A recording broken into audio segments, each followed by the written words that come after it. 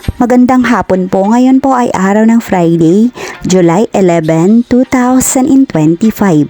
At narito na po ang resulta na ating 5 p.m. Pisas o Lottery Souls today.